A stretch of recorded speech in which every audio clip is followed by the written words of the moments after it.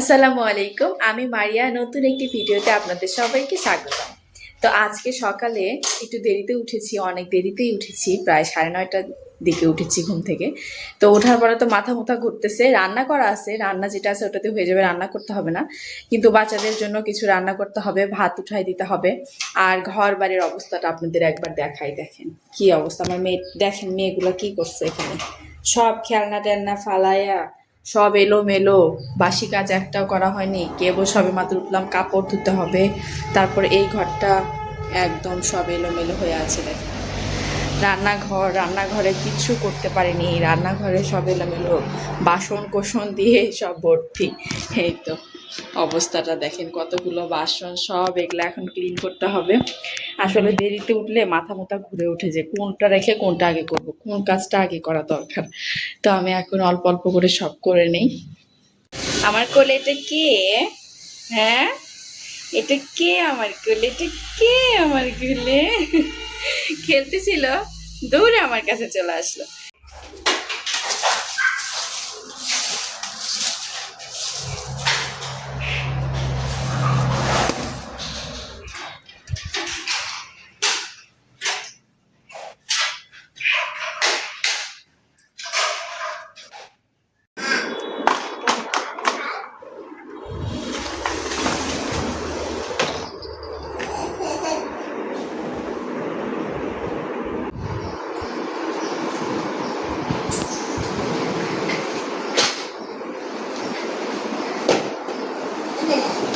আজ সকালের নাস্তায় চটজলদি করে দুধ দিয়ে মুড়ি মেখে দিয়েছি, দুই মেয়েই খাচ্ছে, সুন্দর করে খেয়ে নিচ্ছে, মাশাআল্লাহ।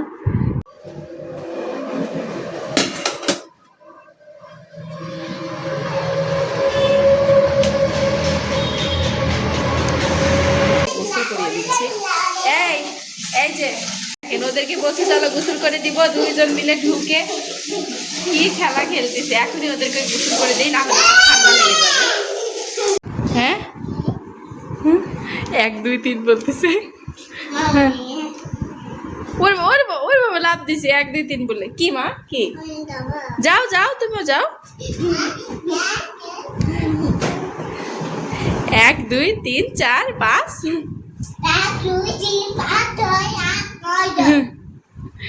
দুইজনকে গোসল করে নিয়ে আসছি, ঘুমিয়ে দিব, আর দুইজন খেলা করতেছে এখানে।